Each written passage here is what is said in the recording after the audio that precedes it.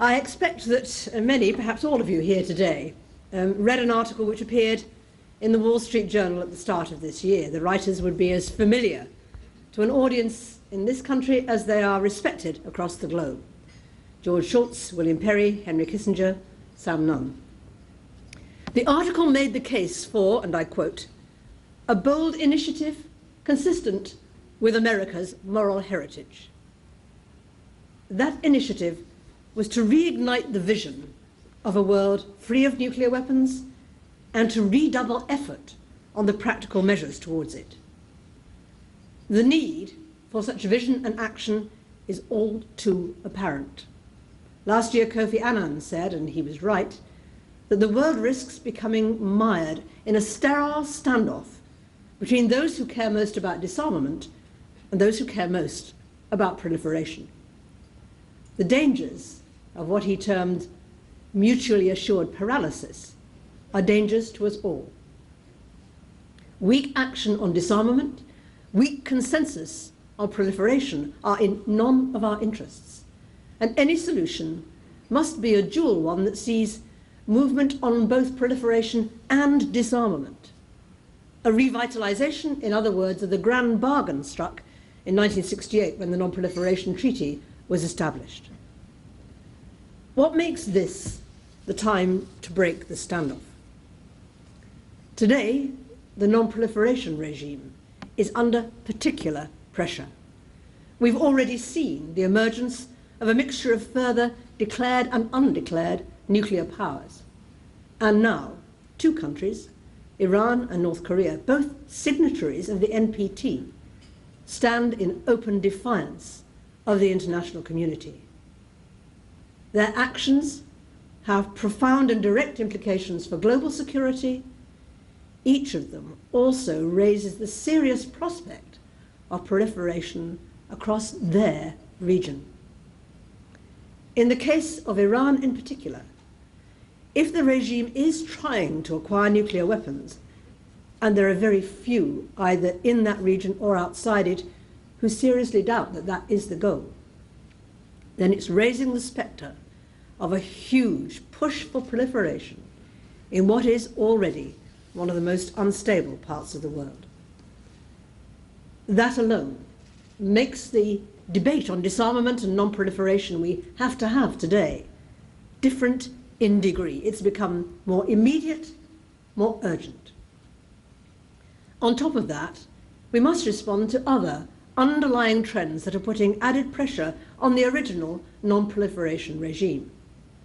One of those, just one, is the emergence of Al-Qaeda and its offshoots, terrorists whom we know to be actively seeking nuclear materials.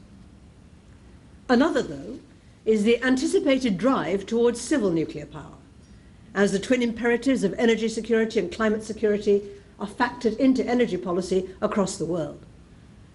How can we ensure this doesn't lead either to nuclear materials or potentially dangerous nuclear know-how, particularly enrichment and reprocessing technologies, being diverted for military use or just falling into the wrong hands? And how do we do so without prejudice to the economic development of countries that have every right under the NPT to develop a civil nuclear capability? And last, there are some very specific triggers for action, key impending decisions that are fast approaching. The START Treaty will expire in 2009. We'll need to start thinking about how we move from a bilateral disarmament framework built by the United States and Russia to one more suited to our multipolar world. And then in 2010, we will have the NPT review conference itself. By the time that is held, we need the international community to be foursquare and united behind a global non-proliferation regime. We can't afford for that conference to be a fractured or a fractious one. Rather, we need to strengthen the NPT in all its aspects. That may all sound quite challenging. I meant it to. But there is no reason to believe that we cannot rise to that challenge. Let's look at some of the facts. Despite the recent logjam, the basic non-proliferation consensus is and has been remarkably resilient. The grand bargain of the NPT has by and large held for the past 40 years. The vast majority of states, including many that have the technology to do so if they chose, have decided not to develop nuclear weapons. And far fewer states than was once feared have acquired and retained nuclear weapons. Even more encouragingly, and much less well known outside this room, many more states, South Africa, Libya, Ukraine, Kazakhstan, Belarus, Argentina, Brazil, have given up active nuclear weapons programs, turned back from pursuing such programs, or, in the case of the former Soviet Union countries, chosen to hand over weapons on their territory. And of course, the nuclear weapons states themselves have made significant reductions in their nuclear arsenals, which I'll come to later. So we have grounds for optimism, but we have none for complacency. The successes we've had in the past have not come about by accident, but by applied effort. And we will need much more of the same in the months